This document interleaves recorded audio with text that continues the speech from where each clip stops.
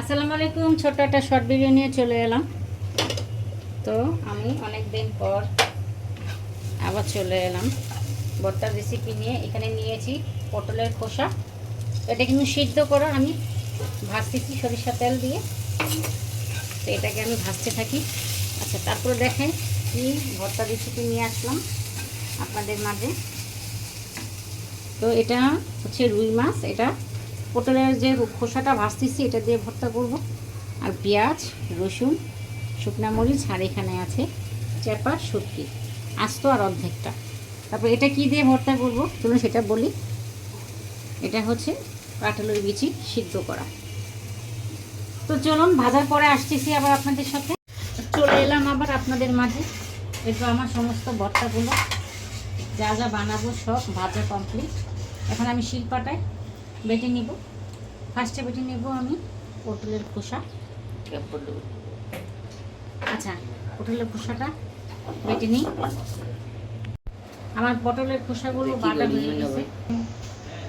তো আমার কাছে রুই মাছ আছে, আমি রুই মাছ দিয়ে করতেছি।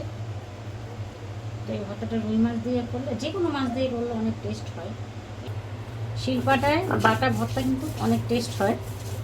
আমি চাইলে এটা ব্লেন্ডারও করতে পারতাম, কিন্তু আমার ইচ্ছে করলো না। আমার ইচ্ছে করলো যে আমি হাতে নিজেই বানাই।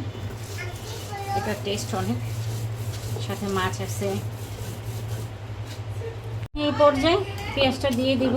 আমি পেঁয়াজটা একদম হালকা ভাজা করেছিলাম, হালকা ভাজা করা আর কি। আর এইভাবে আদা বাটা করে দিব। আমার মনে হয় ভর্তা যদি এইভাবে পেঁয়াজ দিই, ভর্তাটা খেতে মনে হয় অনেক ভালো লাগে আমার কাছে। তবে ভর্তাটা মিশিয়ে ফেলি। তো এই পর্যায়ে আমি আরও টেস্ট করার জন্য দিচ্ছি আমের যে আচারের তেল। এই যে আমের তেলের আচার, ঝুরি আচার, যেটা আমরা খিচুড়িতে খেয়ে থাকি, সেটা দিচ্ছি। মুখের রুচি ভর্তা। যাদের মুখে রুচি নেই, ভাত খেতে চায় না, তারা যদি গরম গরমের ভাতের সাথে ভর্তাটা খেয়ে থাকেন, এক প্লেট ভাত এক মুখ থেকেই শেষ হয়ে যাবে। তো এক রকমের তো বানানো হয়ে গেল পটলের খোসা। তো আমি এখন আরেকটা ভর্তা শেয়ার করি। এটা হচ্ছে কাঁঠালের বিচি সিদ্ধ করা। বেটে নিচ্ছি এটা এক এক করে। আমি এটাকে, কাঁঠালের বিচিটা বাটা হয়ে গেছে। মরিচ নিব, তারপরে নিব রসুন, তারপরে নিব চাপা শুটকিটা, যেটা স্পেশালি ভর্তার টেস্ট, এটা দ্বিগুণ টেস্ট কে বাড়াবে, এই যে চাপা শুটকি। আমি শুটকি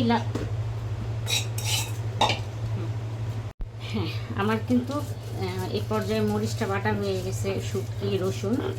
এই পর্যায়ে আমি দিয়ে দিলাম পেঁয়াজ। সেম প্রসেসই করবো, এই যে আদা বাটা। তো আবার সব একসাথে মিলিয়ে ফেলি, তারপর আবার একটা বাটা দিব।